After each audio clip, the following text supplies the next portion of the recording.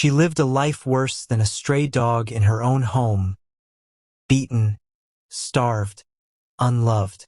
Until one day, a powerful CEO stopped his car, looked into her eyes, and made a vow that would change her life forever. Lila was only 8 years old, yet her eyes carried the weight of someone much older. Every day, she endured cruelty in her stepmother's home. While her step-siblings wore new clothes and ate warm meals, Lila scrubbed floors with her bare hands, often left with nothing but scraps to eat. Even the family's golden retriever had a bed, toys, and fresh food.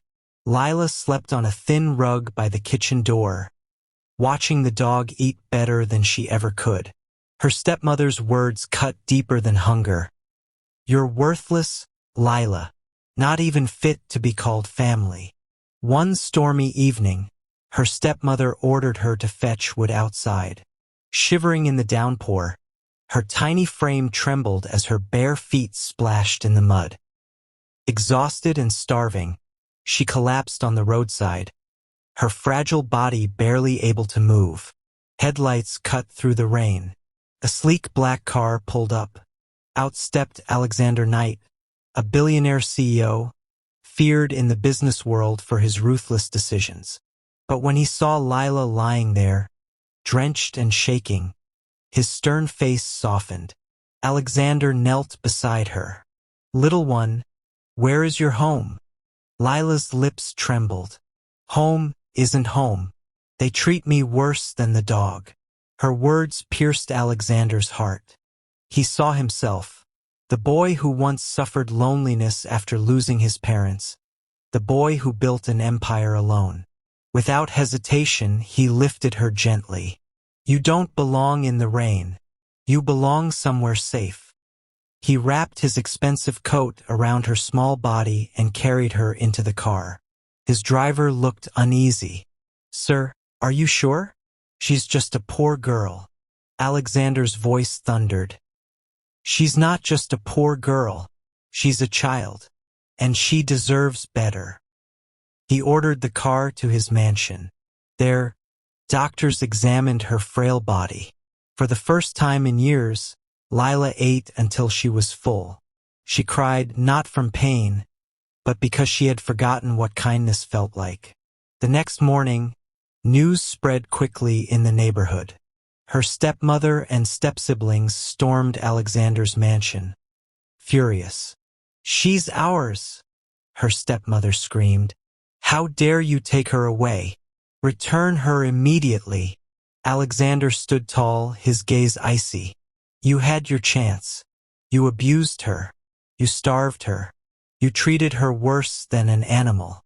She is safe with me now, and I will protect her forever." Lawyers were called. Investigations followed. The truth of Lila's abuse came to light. Neighbors testified. Teachers admitted they suspected but never acted.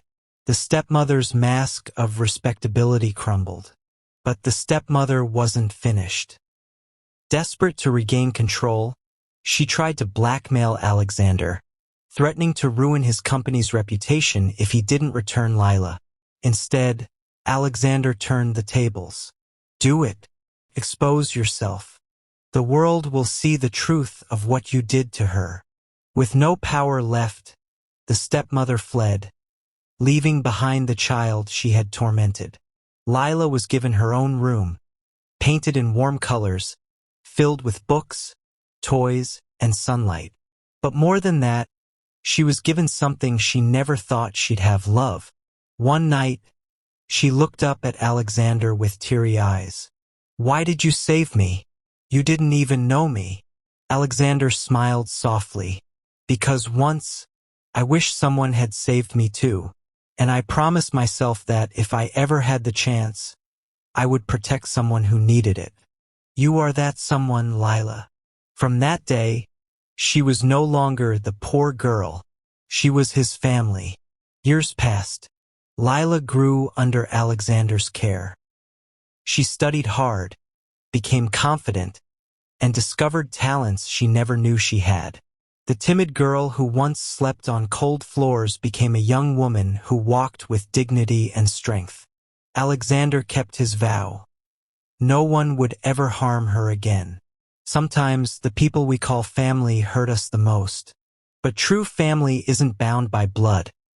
It's built through love, protection, and sacrifice. Even the poorest, most broken child can rise when someone chooses to stand by them. So tell me, do you believe Alexander did the right thing by taking Lila in, even against her family's will? And what would you have done if you saw a child suffering like her?